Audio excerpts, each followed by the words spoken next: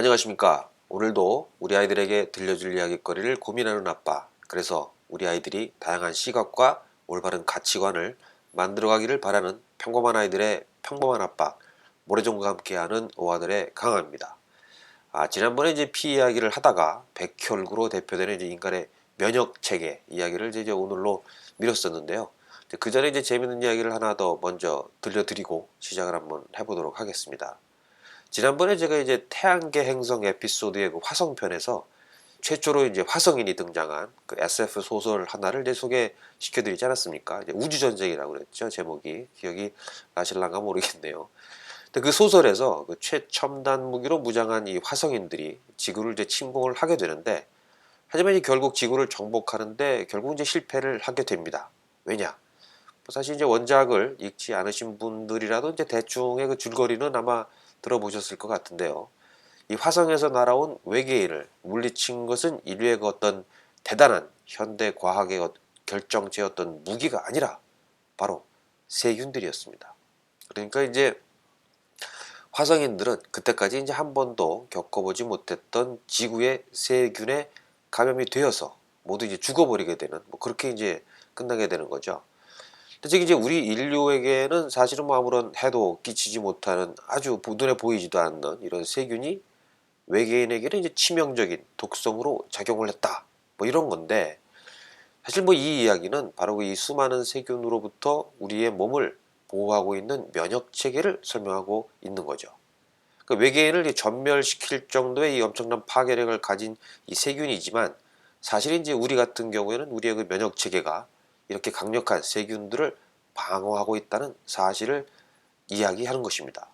근데 물론 이제 이 이야기는 약간의 뭐 약간이라기도 좀 그렇고 조금 좀 많이 과장된 느낌이 좀 있긴 합니다. 기껏해야 이제 뭐 겨우 달 정도에만 이제 사람을 보낸 그러니까 우리 지구인이죠. 적어도 우리 이 지구인 수준에서도 우주 공간에서 뭐 혹은 뭐 다른 행성 위에서 우리의 그 신체를 완벽하게 보호할 수 있는 우주복을 뭐 개발해 놓지 않았습니까? 근데 그런 우주복을 입고 있다 그러면 사실 뭐 외부에서 세균이나 뭐 이런 거 뭐 인체 사실 침입할 수가 없죠. 그런데 뭐 달보다도 사실 뭐 수백 배나 더 먼 이 화성에서 지구까지 날아올 정도의 수준인 화성인이 그 정도의 우주복도 안 입고 뭐 홀딱 벗고 왔다. 이거 좀 앞뒤가 안 맞는 얘기죠. 뭐 게다가 이제 뭐 이런 면역 체계라는 것도 사실 뭐 그렇습니다. 사실 이제 면역 체계는 인간뿐만 아니라 뭐 거의 대부분의 생물에 사실은 존재를 하고 있는데, 뭐 심지어 뭐 아메바 같은 아주 하등한 이런 생물에게도 사실은 면역 체계는 존재를 하고 있습니다. 사실 다세포로 이루어진 생명체 속으로 단세포인 이런 세균이라던가 뭐 바이러스 같은 그 단세포 생물들이 이제 침입을 하는 것이 아주 뭐 어떻게 보면 이제 자연스러운 현상이고, 이를 이제 방어하는 시스템은 어떻게 보면 이제 생명 탄생 초기부터 당연히 발달할 수밖에 없는 그런 이제 메커니즘일 것 같습니다. 그리고 이제 뭐 이런 다양한 병원균으로부터 몸을 방어하는 이 면역 체계는 고등동물일수록 더욱더 이제 정교해질 수밖에 없는 것이 뭐 사실 일반적이죠. 그러니까 뭐 지구인보다도 뛰어난 과학 기술을 이룩한 뭐 나름대로 진화의 정점에 오른 그 당시에 그 화성인들이 그 정도의 면역 체계를 갖추지 않았다라는 것도 뭐 사실 그렇게 쉽게 납득하기는 좀 쉽지 않은 얘기죠. 뭐 물론 뭐 소설이니까 뭐 이렇게 저처럼 이렇게 뭐 딴지를 걸어서 뭐 심각하게 받아들일 필요까지는 없을 것 같고, 뭐 말하자면 이제 뭐 이렇다는 거죠.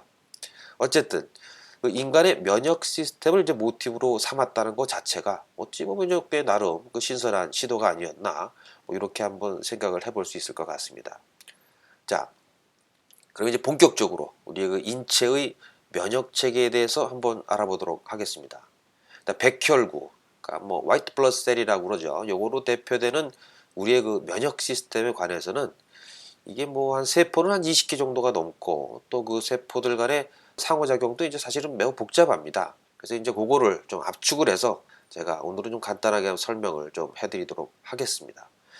일단 뭐 이해를 좀 돕기 위해서 우리 몸에 침입하는 병원균을 이제 적군으로 이제 표현을 하고, 그리고 이제 우리 면역 체계를 방어군이라고 한번 비유를 해보도록 하겠습니다. 그러니까 뭐 약간 좀 군대스러운 형태로 한번 제가 이제 비유를 해서 설명을 해드리도록 하겠습니다.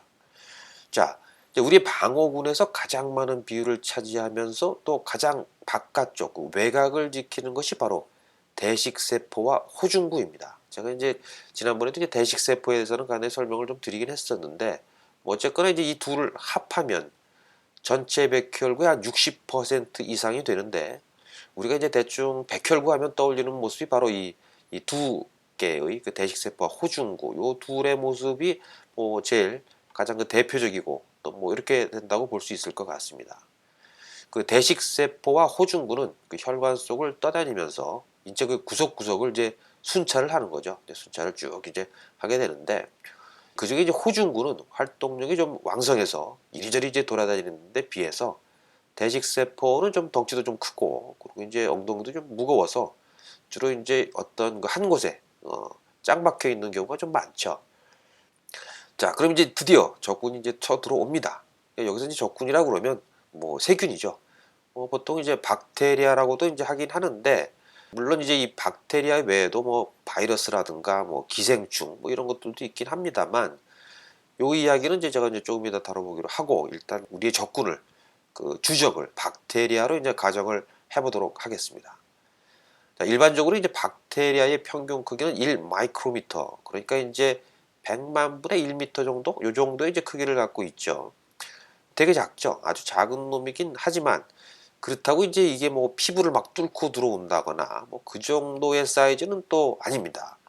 그래서 이제 어떤 이유에서든 간에 어떤 그 피부에 좀 약간의 그 기스가 좀 나야 좀 찢어지거나 이렇게 그러니까 좀 상처가 좀 나서 피부가 이게 벌어져야 드디어 이런 박테리아라는 이제 적군이 침입을 할 수가 있는 것입니다. 사실 이제 우리의 그 피부에는 약 1제곱센티미터당 한 수천 개에서 수만 개의 그 박테리아가 존재를 하고 있습니다. 그러니까 이제 우리가 피부라는 이 쉴드 밖에 항상 이제 기다리고 있다라고 이제 봐도 될 것 같죠. 특히 뭐 땀이 난 손바닥 같은 경우에는 뭐 거의 한 10만 개까지 이르기도 한다고 하죠. 여기에 이제 약간의 상처가 나게 되면 최소 뭐 몇천 개 이상의 그런 박테리아가 순식간에 인체 내부로 이제 진입을 하게 되는 것입니다. 자, 그러면 이제 이렇게 진입한 박테리아를 이제 가장 처음 방어하는 방어군이 누구냐? 바로 이제 이게 대식세포와 호중구인데요. 이제 말 그대로 이제 그냥 잡아먹습니다. 그러니까 대식세포 그러니까 한자로도 그냥 뭐 엄청나게 먹어대는 거죠. 결국 얘기하면 이제 몸 안으로 끌어들여 갖고 얘가 이제 녹여버리는 거죠. 그러니까 이제 대식세포 같은 경우는 이제 커다란 덩치로 버티고 있다가 옆에 붙는 박테리아를 쭉 이렇게 흡수하는 그런 형태를 갖고 있고 그리고 이제 호중구는 마치 이제 뭐 개구리 혓바닥처럼 몸을 이리저리 늘려가면서 좀 더 이제 공격적으로 쫙쫙 박테리아를 이제 집어삼키는 그런 형태의 그 세포라고 볼 수 있습니다. 그러니까 이제 아무래도 대식세포보다는 이제 호중구가 훨씬 더 이제 왕성하게 박테리아를 이제 공격한다고 볼 수가 있겠죠. 하지만 이제 지구력은 그 대식세포가 이제 훨씬 뛰어나서 뭐 거의 이제 하루 이틀이면 죽어버리는 호중구에 비해서 그 훨씬 더 그 박테리아를 집어삼키면서도 거의 한 2달 정도까지 생존하는 게 또 바로 이 대식세포라고 볼 수 있습니다. 제가 이제 지난번에 피에서 설명할 때 이제 간단하게 설명을 드리려고 백혈구가 뭐 얼마 안 산다고 했던 건 이제 호중구 얘기고 대식세포가 뭐 백혈구에 이렇게 많은 퍼센테이지를 차지하지는 않지만 그래도 대식세포는 좀 이렇게 버티고 지구력이 있고 그리고 이제 호중구가 대표적인 그 전투병력인 호중구가 한 이틀이면 하루 이틀 정도면 이제 뭐 사망을 한다. 이렇게 이제 이해를 하시면 될 것 같습니다. 어쨌거나 이제 좌우지간 만약 상처가 작아서 몸 안으로 침입한 그 박테리아가 뭐 깨끗해봐야 한 수천 개 정도. 수천 개 이것도 뭐 적은 숫자는 아니지만 미생물 레벨에서 수천 개는 어찌 보면 또 아무것도 아닐 수 있죠. 어쨌든 뭐 이 정도라면 그 근처를 그 순찰하고 있던 이 대식세포하고 이 호중구 얘들만으로 이제 바로 그 자리에서 뭐 정리가 돼 버립니다. 대식세포 하나가 한 100개 정도의 그 박테리아를 짝짝 이제 먹어치울 수 있으니까 뭐그 정도 되죠. 근데 이제 하지만 이제 박테리아의 숫자가 이제 어느 정도의 그 임계치를 넘어서 엄청나게 이제 갑자기 이제 많이 쳐들어와 가지고 뭐 근처에 있던 그 대식세포하고 호중구가 이걸 처리하기에는 용량이 이제 너무 많아 갖고 이렇게 되면 이제 문제가 심각해지는 거죠. 왜냐하면 이제 당장 거기서 이제 그 싸움을 하다가 요때 이제 살아남은 이 박테리아가 이제 정상 세포를 막 공격을 당연히 하겠죠. 근데 이것뿐만 아니라 그 여분의 박테리아는 이제 인체 내부의 그 영양소들을 그거를 이제 현지에서 조달을 하면서 급속도로 얘가 이제 번식을 하게 됩니다. 거의 한 20분에 한 2배 정도씩 늘어난다고 보면 되는데, 이 정도 되면 뭐 거의 비상사태라고 볼 수 있죠. 근데 여기서 이제 대식세포는 박테리아를 처리하다가 과부하가 이제 걸리게 되면 요때 이제 도움을 요청하게 되는데, 요때 요청할 때 이제 특별한 단백질을 이제 분비하게 됩니다. 이 단백질에는 이제 지금 내가 지금 전투해 버리고 있는 그런 장소하고 그 장소의 그 위치 정보, 그리고 이제 쳐들어온 박테리아에 대한 정보, 얘가 이제 어떤 애들이다, 뭐 이런 정보가 이제 포함되어 있죠. 그래서 이 단백질은 혈관을 타고면서 이제 온몸으로 퍼져나가게 됩니다. 그래서 이 정보를 접한 그 온몸에 있던 그 호중구들이 해당 전선으로 이제 쫙 얘들이 또 몰려들게 되죠. 급속도로 증가하고 있는 이 박테리아와 그리고 또 지원 요청을 받고 출동한 이 호중구, 요 사이에서 이제 일대 격전이 또 이제 벌어지게 되는 겁니다. 하지만 이제 박테리아의 숫자가 이제 너무 많아지게 되면 박테리아를 이제 집어 삼키다가 이제 거의 한계에 이르러서 결국 이제 배 터져 죽는 거죠. 그렇게 해서 이제 호중구들이 같이 이제 죽어 자빠지기 시작을 합니다. 이제 배가 터져서. 그래서 이제 박테리아를 이렇게 배 터지게 먹고 죽어버린 이 호중구들의 시체가 그게 바로 뭐냐? 우리가 이제 보통 고름이라고 이제 부르게 되죠. 진짜 고름 하면 이제 보통 이제 약간 뭐 놀이끼리 하고 뭐 그렇지 않습니까? 진짜 바로 그게 이제 이 호중구들의 색깔이다. 이렇게 이제 보시면 됩니다. 근데 사실 이제 이렇게 호중구가 이제 이렇게 죽어버리는 것은 물론 이제 박테리아 숫자가 이제 너무 많아서 이렇게 과부하가 걸린 탓도 있긴 하겠지만, 이 갑작스럽게 이렇게 늘어난 박테리아를 방어하기 위해서 자신의 시체로 일종의 그 장벽을 세운다. 요렇게도 이제 볼 수가 있습니다. 그렇게 해서 이제 일단 추가적인 피해를 이제 막아야 하니까 이제 이렇게 그 시체를 쌓는 거죠. 이건 뭐 좀 살신성인이라고 볼 수도 있고 뭐 대단한 역할 아니겠습니까? 자, 어쨌든 이제 이렇게 이 수많은 호중구들이 활동하다가 죽어나가고 뭐 이런 식으로 이제 전선이 과열이 되게 되면 우리 몸에서는 이제 염증이 발생을 하게 됩니다. 근처의 피부가 이제 일종의 흥분 상태에 빠지게 되는 거죠. 그러니까 일단 염증이 발생을 하게 되면 주변에 있는 혈관에서 수분이 이제 많이 공급을 하기 이제 시작을 하게 되는데, 우리가 이제 보통 피부에 이제 상처가 나면 뭐 이제 살짝 이제 부풀어 오르는 그런 모습을 볼 수가 있지 않습니까? 이건 이제 혈관으로부터 공급된 이런 이제 수분 때문이죠. 이렇게 이제 수분이 공급되면 아무래도 이제 우리의 그 백혈구들이 활동하기가 좀 편한 환경이 되게 조성이 됩니다. 이제 홍그란드 이점을 10분이 살리게 되는 거죠. 자, 보통 이제 우리가 상처가 나면 이제 진물이 이제 흐르고 뭐 그런 경우들이 있죠. 이런 진물을 이제 우리가 이제 마른 거즈로 싹 닦아내고, 이런 것은 어찌 보면 그 홈그라운드 이점을 일부러 이제 뭐 치워버리는 뭐 이런 것과 같습니다, 사실. 뭐 사실 뭐 물론 뭐 이게 너무 흐른다 싶으면 좀 닦아낼 수는 있지만, 어느 정도는 이제 상처가 촉촉하게 유지되게끔 하는 것이 좀 필요하다고 볼 수 있죠. 그래서 뭐 요즘 나오는 그 밴드 같은 경우들을 보면 그 상처의 습기를 너무 이제 빨아들이지 않게 약간 이제 습윤 뭐 이런 이제 코팅된 제품들이 이제 많이들 나오는 것 같습니다. 자, 이제 다시 전장으로 이제 돌아가서 어찌됐든 이렇게 긴급 충원된 호중구의 분투에도 불구하고 계속해서 이제 적군의 공격이 또 계속 이어진다 그러면 이제 어떻게 될까요? 아무리 죽여도 적군이 줄지 않게 되면 대식세포는 추가적인 지원을 이제 요청하게 되고, 이 방금 이 흡수한 박테리아의 정보를 같이 이제 전달을 하게 됩니다.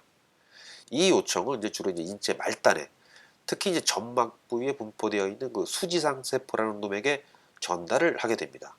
근데 일종의 전령 같은 뭐 역할을 하는 거죠. 그래서 이제 대식 세포의 긴급 지원 요청을 접수한 이 수지상 세포는 그 정보를 갖고 이제 엘리트 전투 병력이 대기하고 있는 림프절로 이동을 하게 됩니다. 자, 이제 단순한 진압 단계를 넘어서 전투의 양상으로 이제 발전하게 된다. 이렇게 이제 상황을 보시면 될 것 같습니다. 자, 이 과정에서 이 수지상 세포의 역할이 이제 당연히 아주 이제 중요하겠죠. 만약에 이 수지상 세포의 도움이 없다 그러면 이 전문 전투 인력을 이제 제대로 이제 동원을 하기가 이제 되게 어렵게 되기 때문이죠. 그래서 이제 이 수지상 세포만을 또 집중 공격하는 그런 그런 형태의 바이러스가 침투를 하게 되면 이 우리 몸의 그 면역 시스템 전반에 문제가 생기기도 합니다. 그러니까 우리 몸 내부든 뭐 실제 전쟁터든 간에 정보 전달, 이거 상당히 이제 중요하다는 것을 여기서도 이제 알 수가 있는 것 같습니다. 자, 이 수지상 세포가 이제 적군의 정보를 가지고 이동하는 목적지는 그 림프절은 림프구들이 모여 있는 일종의 그 지원 병력 대기소, 뭐 이런 그 본부, 뭐 이런 이제 같은 장소인데, 근데 사실 이것도 사실 이 대기소가 딱 한 군데다, 아니 뭐 몇 군데로 이제 뭉쳐 있다. 이러면 이제 이 대기소에서 먼 쪽은 아무래도 이제 그 지방은 그 지원하기가 좀 어렵지 않겠습니까? 그래서 이제 이 림프절은 우리 온몸 구석구석에 이제 골고루 퍼져 있죠. 그러니까 이제 인체 어느 곳에서든지 상황이 발생을 하면 바로바로 지원이 이제 가능하게끔 구석구석 그 전국적으로 잘 이제 분포가 되어 있긴 합니다. 그런데 이제 이 수지상 세포의 움직임이 또 그렇게 빠르냐? 또 불행하게도 또 그렇지는 않습니다. 이 수지상 세포가 이제 림프절에 도착하는데 요때까지 걸리는 시간이 최소한 하루 정도 이제 시간이 소요가 됩니다. 뭐 빨리 가야 되는데 지금 뭐 걸어가는지 어쩌는지 모르겠지만 상당히 이제 시간을 요구를 하고 있습니다. 그래서 이제 우리가 이제 감기 같은 거 걸렸을 때 보통 한 2, 3일 정도는 앓고 나야, 그래야 이제 뭐 낫는 이유가 바로 이런 바이러스의 감염이 일어난 후에 본격적인 우리 몸의 그 면역 체계가 동작하는데 이제 최소 이제 하루에서 이틀 정도의 이제 시간이 소요되기 때문이라고 볼 수 있을 것 같습니다. 자, 아무튼 간에 이제 림프절에는 이제 수많은 그런 그 림프구들이 이제 대기를 하고 있는데, 이제 뭐 말은 이제 림프구라고 해서 뭐 그렇지, 얘네들도 사실은 뭐 어떻게 보면 다 백혈구들의 이제 일종이라고 보시면 될 것 같습니다. 그러니까 대충 이제 전체 백혈구의 한 30% 정도가 바로 이런 그 림프구라고 이제 이해하시면 되는데요. 이 림프구는 보다 이제 강력한 공격력을 가진 어떤 그 정예 세포들이다, 정예군이다. 이렇게 이제 생각을 하시면 될 것 같습니다. 그러니까 이제 특정 지역에서 일어난 분쟁 상황을 해당 지역의 어떤 그 경찰 병력으로는 이제 도저히 진압하기 이제 어려워지니까 드디어 이제 군부대가 이제 출동을 한다. 이렇게 이제 비유를 할 수 있을 것 같습니다. 자, 림프절에서 대기하고 있는 이 전투 인력은 크게 이제 T세포하고 B세포라고 이제 나눌 수가 있는데, 그 중에서 이제 특히 그 T세포가 이제 아주 중요한 역할을 이제 수행을 하게 됩니다. 이 T세포는 골수에서 생성된 이후에 흉선이라는, 그러니까 이제 양쪽 우리 그 양쪽 폐 사이에 위치하는 기관에서 훈련을 받게 됩니다. 흉선을 이제 우리말로 하면 이제 가슴샘이라고 이제 하고, 영어로는 이제 타이무스라고 이야기를 하는데, 바로 이 타이무스에서 이제 훈련을 받는다라고 해서 이름이 이제 T세포가 된 겁니다. 뭐 이따 뭐 또 얘기할 그 B세포는 이제 뼈 조직, 그러니까 이제 본에서 이제 축성이 되니까 이제 B세포라고 이제 부르게 되는 거죠.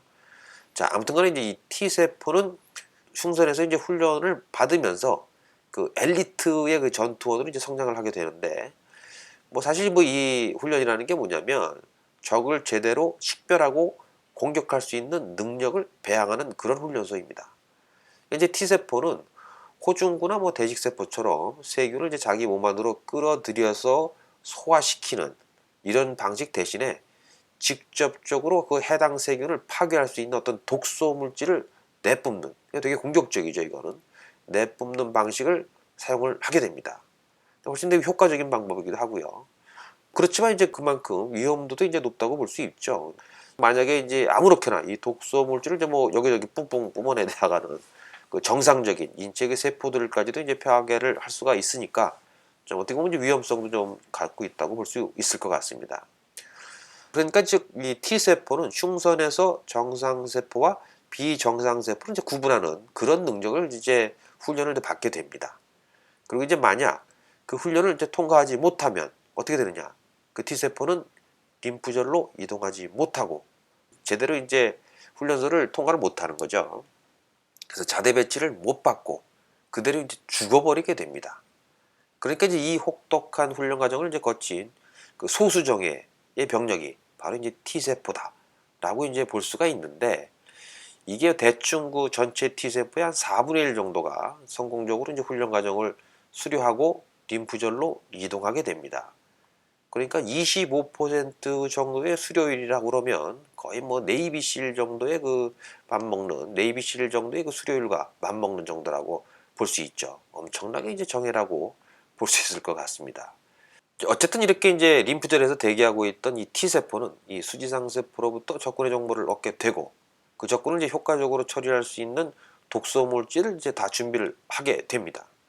그리고 이제 준비가 완료된 이 T세포들은 그 급격한 세포 분열을 통해서 대규모로 이제 증식을 해가지고 전선으로 이제 투입이 되는데 요렇게 이제 전선의 엘리트 전투원이 이 T세포가 투입이 되면 상황은 이제 당연히 급반전을 하게 됩니다. 자, 이 T세포는 이제 효과적으로 그 적의 세균을 이제 물리칠 뿐만 아니라 그때까지 이 전투로 기진맥진해가지고 지쳐있는 이 대식세포들을 이제 다시 활성화시키는 역할도 하게 됩니다. 그러니까 이제 말하자면 그 본인의 그 전투 능력도 이제 워낙 뛰어나긴 하지만 동시에 그 훌륭한 어떤 그 지휘 능력도 장교적인 그 지휘 능력도 갖고 있다고 볼 수 있는 거죠. 그리고 이렇게 전장으로 투입된 T세포 외에 림프절에 이제 일부 남게 된 대기하고 있는 이 T세포는 또 다른 림프구인 B세포를 이제 가동을 시키게 되는데 그 B세포는 여기서 일종의 그 무기공장이라고 이제 볼 수가 있을 것 같습니다. T세포로부터 병원균에 대한 정보를 전달받은 이 B세포는 특정 병원균을 이제 마킹할 수 있는 그런 이제 특별한 단백질을 이제 만들어내게 되는데 요게 무엇냐? 바로 이게 항체입니다. 이 B세포에 의해서 이제 대량으로 생산된 이런 항체는 곧바로 이제 무기죠. 이제 이거를 이제 전선으로 이제 투입을 하게 되고 또 적 세균들을 이제 공략을 하게 되는데 이 항체들은 이제 T세포가 내뿜는 독소 물질처럼 직접적으로 이제 세균을 이제 공격하고 이렇게 하지는 못하지만 적 세균과 결합을 해서 그 세균의 자가 증식을 이제 억제를 시키고 또 이제 호중구하고 이제 대식 세포에게 쉽게 잡아먹히도록 유도를 하는 이런 이제 역할을 수행을 하게 됩니다. 즉 그러니까 이제 항체가 달라붙은 세균은 아주 이제 손쉽게 대식 세포에 잡혀 먹히게 되는 거죠. 그러니까 T세포와 B세포는 이제 방식은 이렇게 좀 다르지만 그렇게 이제 대식세포나 호중구보다는 좀 더 아무래도 효율적으로 이렇게 세균들을 처리를 하게 됩니다. 그리고 이제 적군을 이제 완전히 이제 물리쳐서 더 이상 이제 뭐 항체를 만들 필요가 없게 되어도 이 항체에 대한 정보를 이제 계속 이제 기억을 하게 되죠.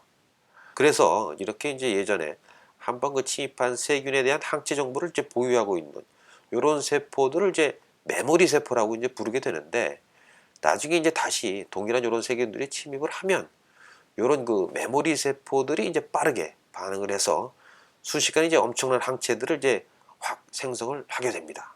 그래서 결과적으로는 이제 몸 안에 침입한 세균들은 뭐 제대로 이제 뭐 셀을 불리기도 전에 바로 이제 박멸이 되는 거죠. 그래서 이제 우리가 항체를 갖고 있다 뭐 이런 표현을 하게 되는 것입니다. 자, 정리를 하면 대식세포가 이제 최초의 적군과 조우를 해서 적군의 정보를 얻어내고 그 정보는 이제 수지상세포라는 전령에 의해서 림프절이라는 본부로 보내지게 되고 그리고 그 정보가 지휘관인 T세포에게 전달이 되면 T세포는 해당 적군을 효과적으로 이제 공략할 수 있는 무기의 생산을 B세포에게 지시를 한 후에 자기 자신도 그 무기와 함께 또 전선으로 이제 투입이 되어서 기존의 대식세포와 호중구를 지휘하면서 적군을 물리친다. 그렇게 이제 일단 정리를 하고 이게 약간 그 좀 다른 얘기를 좀 해보면 우리가 이제 에이즈라고 뭐 다들 아실 거라고 생각이 되는데 우리말로 이야기하면 이제 후천성 면역 결핍증 그러니까 Acquired Immune Deficiency Syndrome이라고 이제 부르는 병인데 이 병은 이제 우리 면역 체계에서 이제 주로 주요 역할을 하고 있는 그 세포만을 골라서 이렇게 공략하는 그 특정 바이러스에 감염되었을 때 발생을 하게 됩니다. 근데 이제 보통 이 바이러스를 이제 HIV, Human Immunodeficiency Virus라고 이제 부르게 되는데 이제 아마 한 번쯤은 이제 들어보셨을 것 같습니다. 이 HIV 바이러스가 집중으로 공격하는 세포가 바로 대식세포, 수지상세포, T세포 이렇게 셋이 됩니다. 이 셋을 타겟으로 이제 공격을 하는 게 아주 뭐 대단한 바이러스죠. 어찌 보면 이제 우리 면역 체계의 중심축이 되고 있는 세포들만을 공격한다고 볼 수가 있을 것 같습니다. 그러니까 이제 사실 에이즈는 뭐 그 자체로는 이제 인체에 해를 끼치는 못하긴 하지만 인체의 그 면역 체계를 완전히 무너뜨림으로 해서 다른 병원균의 침입에 대처할 수 없게 만드는 거죠. 근데 결국 이렇게 이제 면역 체계가 붕괴된 인간은 앞서 제가 이제 소개시켜드린 그 지구를 침공한 화성인처럼 뭐 간단한 이제 감기 바이러스나 이런 것만으로도 이제 죽음에 이를 정도가 되어버리게 되는 것입니다. 자, 이제 이왕 바이러스에 대한 이야기가 나왔으니까 이 이야기를 조금 더 해보도록 하겠습니다. 자, 여기서 이제 바이러스와 박테리아를 이제 구분할 필요가 있는데, 자, 이제 일단 이제 바이러스는 그 크기가 이제 뭐 훨씬 더 아주 작아가지고 피부에 상처가 없어도 이 피부의 그 점막으로도 이제 침투가 가능합니다. 그러니까 보통 이제 우리가 호흡기로 전파되는 질병들이 이제 이렇게 대부분의 이제 바이러스 질환들이죠. 하지만 이 바이러스는 이렇게 이제 크기가 작다는 것 이외에도 이 박테리아와 이제 확실하게 이제 구분이 되는데, 그 가장 그 대표적인 것이 바로 이제 바이러스는 혼자서는 이제 생명 활동을 수행할 수 없다는 사실입니다. 즉 바이러스는 이제 독립적으로 존재할 때는 단지 유전 정보만을 보유하고 있는 그냥 단백질 덩어리다. 이렇게 이제 다시 말하면 세포라고 보기가 좀 어렵죠. 그냥 단백질 덩어리다. 이렇게 이제 이해를 하시면 될 것 같습니다.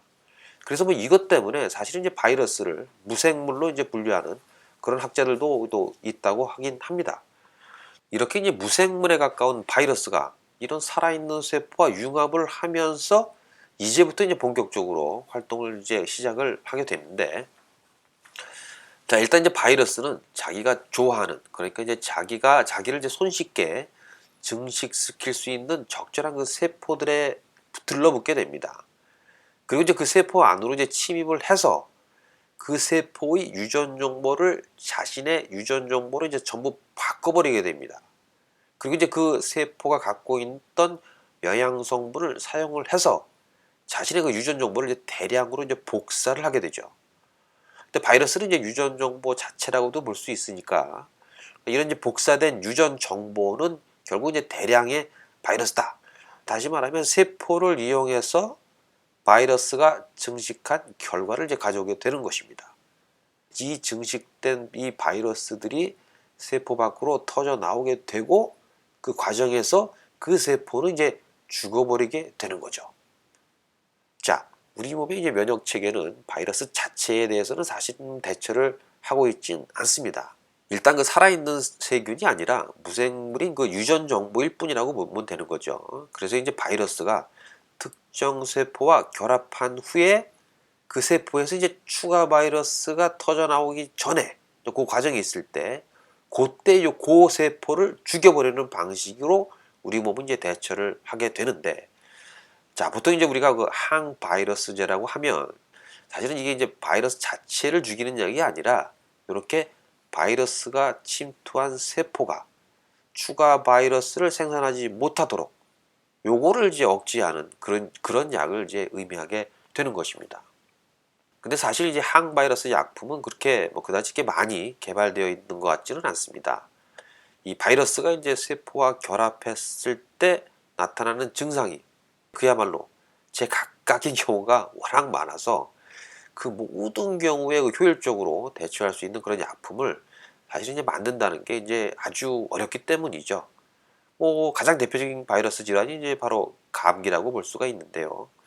동일한 인플루엔자 바이러스에 감염이 되긴 하지만 그때마다 이제 다른 형태의 그 병원균으로 이제 발전을 하기 때문에 미리 그 항바이러스 체제를 만든다는 게 이제 사실 이제 어려운 것 같습니다. 그래서 이제 우리가 보통 이제 사 먹는 감기약은 이 감기 바이러스를 치료하는 약이 아니라 그냥 열 떨어뜨리고 두통 없애주고 뭐 이런 그 진통제, 일종의 그 진통제 해열제의 경우가 이제 사실은 이제 대부분이죠.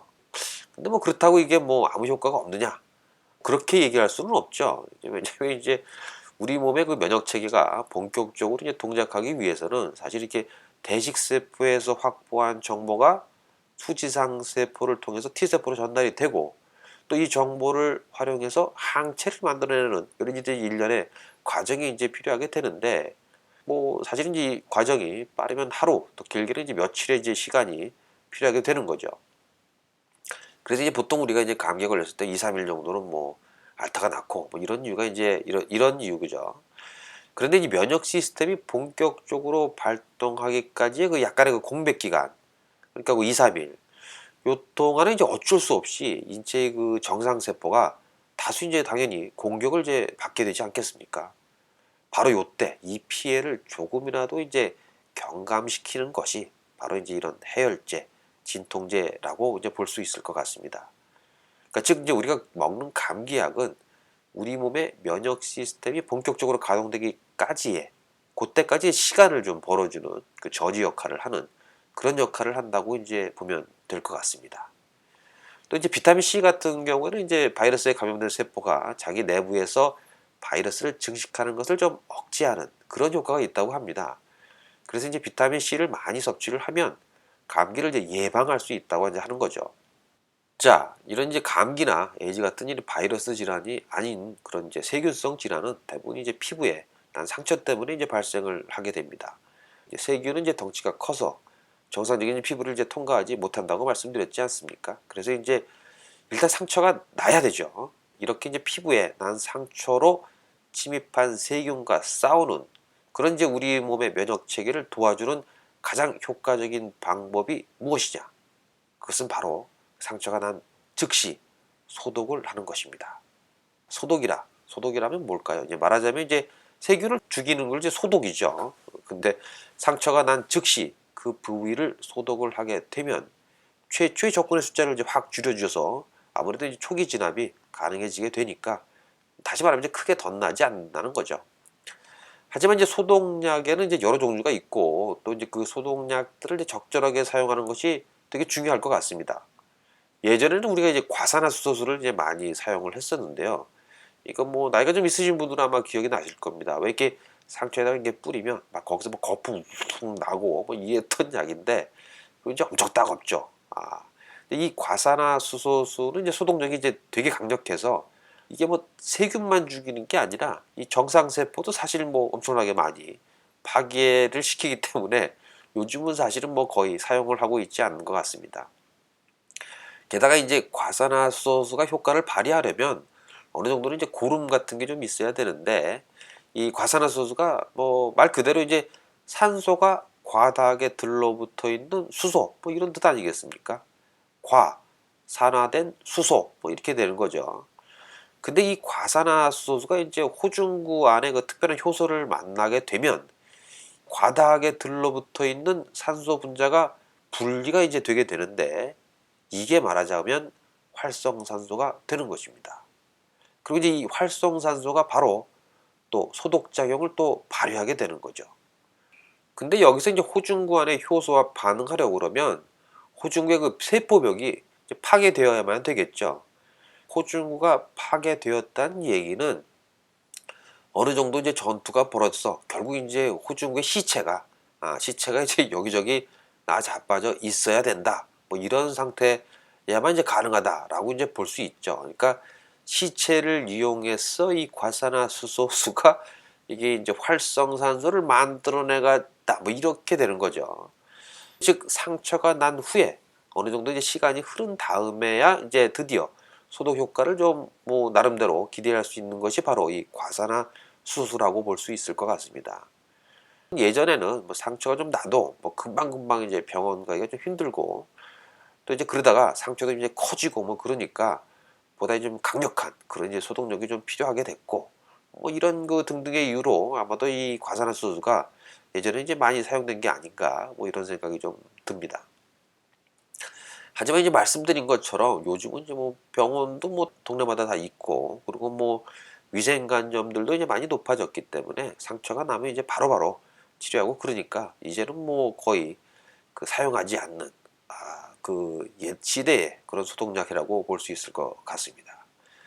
자, 그 다음으로 이제 많이 사용되는 것이 이제 알코올인데요. 이제 소독용 알코올은 뭐 지금 뭐 약국에서 아주 쉽게 구할 수도 있고, 그리고 이제 2차 감염 등의 위험성도 없어서 병원에서도 이제 많이 사용을 하는 것이 바로 이 알코올입니다. 특히 이제 상처가 난 직후에 바로 이제 초기 진압이 가능하다는 장점도 있고요. 알코올을 사용해서 소독하실 때 중요한 점은 알코올을 이제 바르고 바로 닦아내면 좀 그 바로 닦아내면 안 된다는 사실입니다. 사실 이제 알코올 소독의 작용 방식은 이제 바로 금방 증발해 버리는 이 알코올의 성질을 이제 사용하는 것인데, 그러니까 이제 세포에 묻은 알코올이 증발하면서 세포벽을 이제 파괴하는 뭐 이런 식입니다. 근데 이제 이런 알코올을 금방 닦아낸다. 그만큼 소독 효과가 떨어진다고 이제 볼 수 있을 것 같습니다. 자, 그래서 이제 알코올로 소독할 때는 이제 자연적으로 날아갈 때까지 그냥 내버려 두는 것이 더 좋습니다. 그리고 또 이왕 알코올로 소독을 했다 그러면 뭐 상처뿐만 아니라 상처 그 주위에 피부까지도 이제 알코올로 닦아주면 더 좋겠죠. 아까 말씀드린 것처럼 이제 우리 피부에는 항상 엄청난 세균들이 이제 번식을 하고 있기 때문에 알코올로 이제 피부를 쓱 닦아주면 상처로 이제 추가 침입할 수 있는 그런 이제 세균 입장에서는 이제 추가 지원 병력을 사전에 그 싹을 이제 청소할 수 있는 이런 효과를 가져올 수 있을 것 같습니다. 근데 그러면 이제 당장 상처로 들어온 애들만 정리를 하게 되면 뭐 상황을 이제 바로 종료시킬 수 있다는 얘기죠. 자, 이렇게 이제 쉽게 사용이 가능하고 또 주변 피부까지 그 광범위하게 소독이 가능한 그런 알코올 역시 이 또한 이제 단점이 있긴 있는데, 그게 뭐냐? 소독 과정에서 이제 되게 따갑다는 겁니다. 그 알코올의 그 소독력은 사실은 이제 세균뿐만 아니라 이제 정상세포에도 영향을 미치니까 뭐 이건 뭐 사실은 어쩔 수 없는 거죠. 그래서 이제 민감한 피부 부위거나 이제 뭐 나이가 좀 어린 애들 이런 경우에는 이제 조금 좀 조심을 해서 사용하는 게 아무래도 좋을 것 같습니다. 이런 경우에 이제 특정 세균만 소독하는 뭐 여러 가지 연고들이 뭐 사용하는 것도 이제 괜찮을 방법일 것 같기도 하고요. 뭐 제가 여기서 뭐 특정 제품을 홍보하기 또 뭐 그러니까 뭐 소독용 뭐 연고 이런 거에 대해서는 약국에 가서 이제 뭐 설명을 드리시면 될 것 같습니다. 자, 이 면역 체계에 관한 내용 중에서 이제 또 하나 빠뜨릴 수 없는 것이 이제 바로 과잉 면역 증상입니다. 과잉 면역이란 어떻게 보면 이제 그렇게 심한 상황은 아닌데 너무 과도하게 반응해 버리는 뭐 이런 걸 이제 말하는 거죠. 뭐 예를 들어서 이제 동네에 뭐 중도둑 하나 들었는데 이 군대 출동하고 뭐 헬리콥터 뜨고 뭐 탱크 보내 이거는 좀 아니죠. 근데 이렇게 되면 병원균을 이제 박멸하는 것을 넘어서 뭐 정상 세포까지도 이제 피해를 입게 되는 그런 상황이 되는 거죠. 그게 무엇이냐? 바로 이제 다양한 그 알러지라고 우리가 얘기하는 이제 알러지 증상이 바로 이런 과잉 면역 증상의 대표적인 예라고 볼 수 있을 것 같습니다. 자, 이런 이제 과잉 면역 반응이 일어나는 이유에 대해서는 뭐 사실 뭐 아직 정확한 그런 해답이 나와 있지는 않지만, 그래도 매우 이제 유력한 학설 중에 하나가 바로 이제 위생 가설입니다.